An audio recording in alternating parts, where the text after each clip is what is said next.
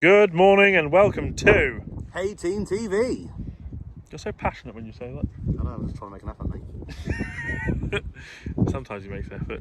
It's Most nice of the when times I don't. it's nice when he does. Today, as you can see, we are going to get this bad boy operational. So we will obviously show it in action, of all forms, and talk why we have a big folding out roller. Anything from you? No, not yet. No? You got nothing to say? Nothing to say at the moment. Life's good when he's quiet. So Ad is going to go out rolling now. I'm in the factory with Billy, one of the other lads. And then later on in the day, we're going to have a bit of a swap over. I've got to take a starter motor off the forklift. And I will be going for a roll. Right. Get out of here.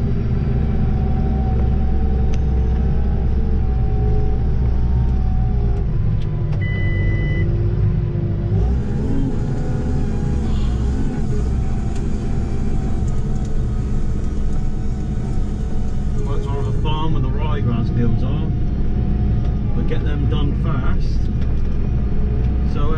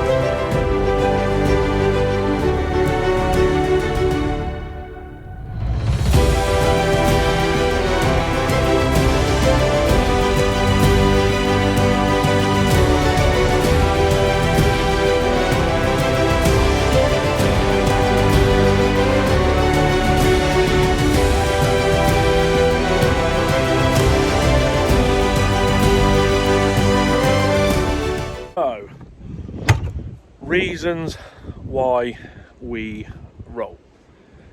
Few of them.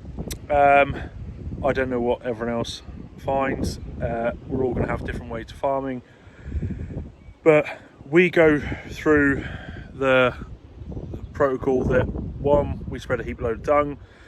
So a lot of our dung is coming in from other places, so there's foreign objects, whether they are rocks, sticks, the odd, fence post, all sorts of things comes with it.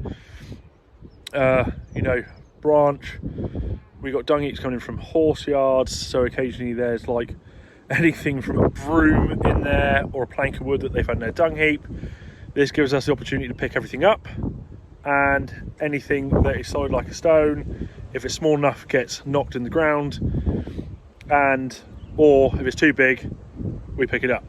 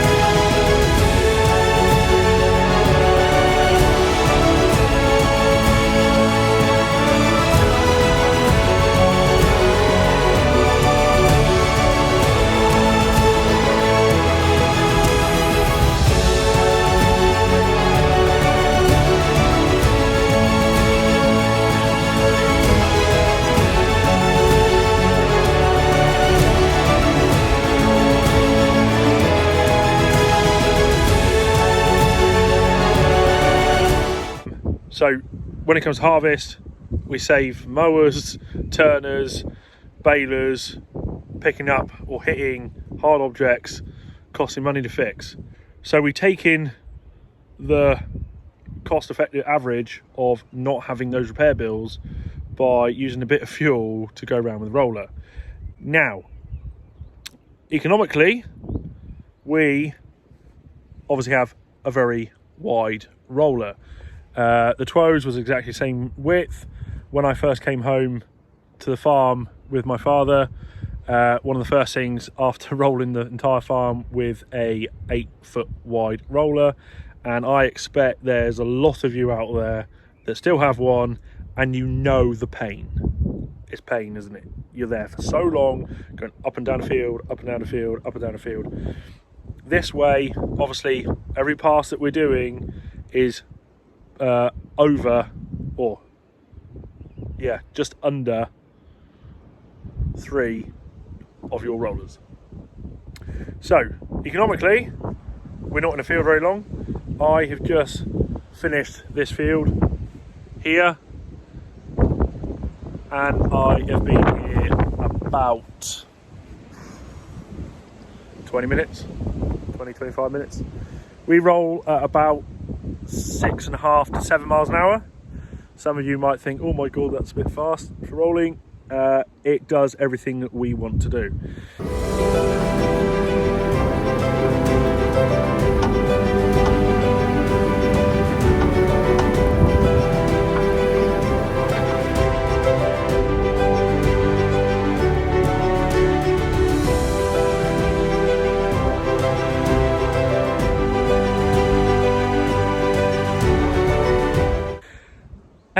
Another reason we roll.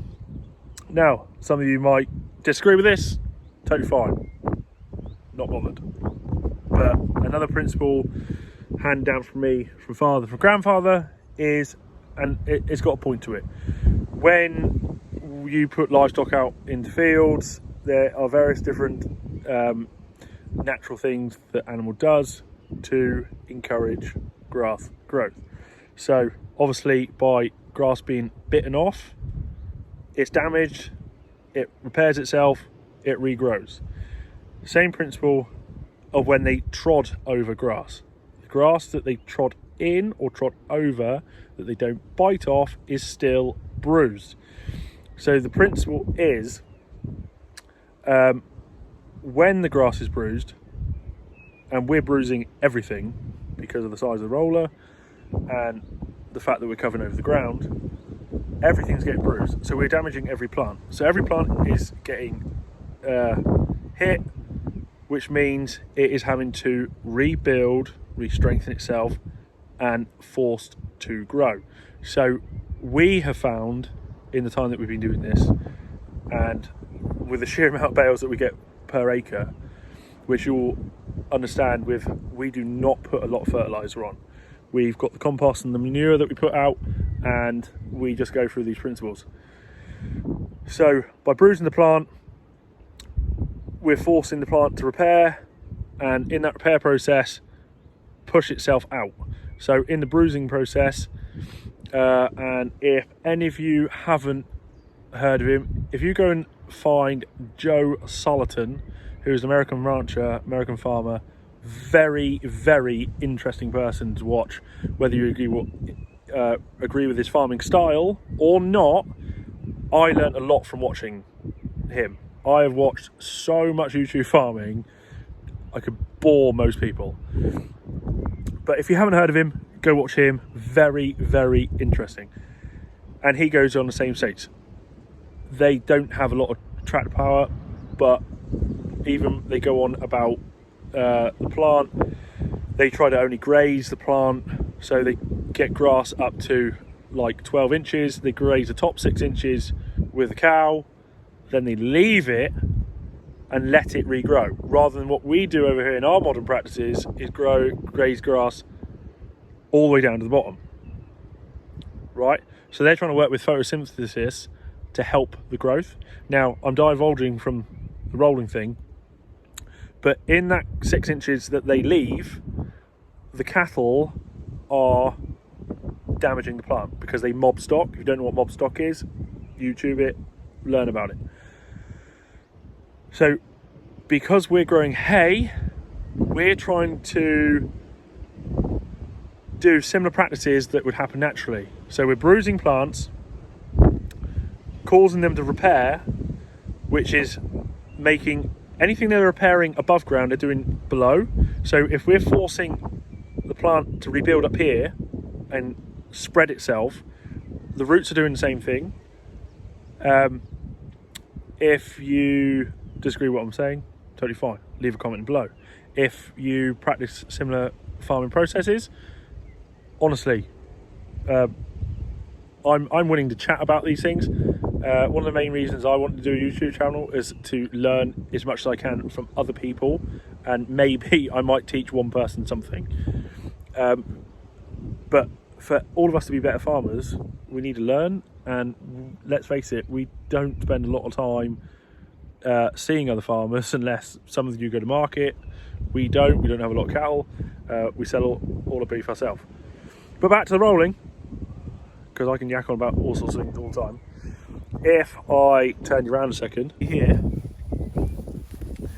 if I get down low, you can see all the grass is spread, and if I really get close, you can see the damage that we've caused to the leaf. See that? So all this damage is going to force the plant to come back stronger. Right, on another little topic, on these curved sides, they are working an absolute dream. Absolute dream. You can see on every corner I turned, we've had no digging. See that? So that's just the tractor tyres. Where the roller's gone around, there is no cutting.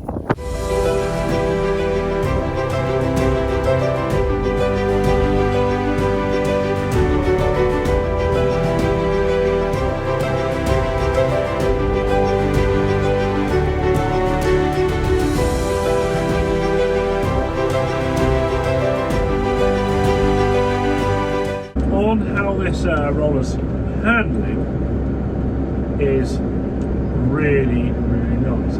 As you may have seen in the video when it arrived, Adam explained the swan neck. Now, our Twos was an A-frame, and because it was on an A-frame, the A-frame hinge point was at the top of the frame of the roller. Any of you that have Twos crumble rollers, or ring rollers, or arable rollers, whatever you guys want to call it, it was on the same frame, and you understand how the A-frame went up to the top point and then the ram went down through. Now, they snapped from the brackets, and unfortunately we looked at a second-hand A-frame part, but it was from the ring rollers, the arable rollers, and they weren't built strong enough to take the ballast grassland roller, so we couldn't have it. Basically, it didn't seem sense of repairing it, so we got rid of it and got a new one. And those of you saying, oh, why don't you weld it? Well, the point of where it was needed to be welded, it just wouldn't have been strong enough. So we knocked that idea on the head. Anyway, quite happy now because we've got this. I did get told the other day I was wrong on the digger. You know who you are? Had a discussion. Yes, it's a Massey Ferguson loader tractor, which was a digger down my cousin's. Good spot. I thought it was a Ford. That's my bad, but old tractors are not my forte.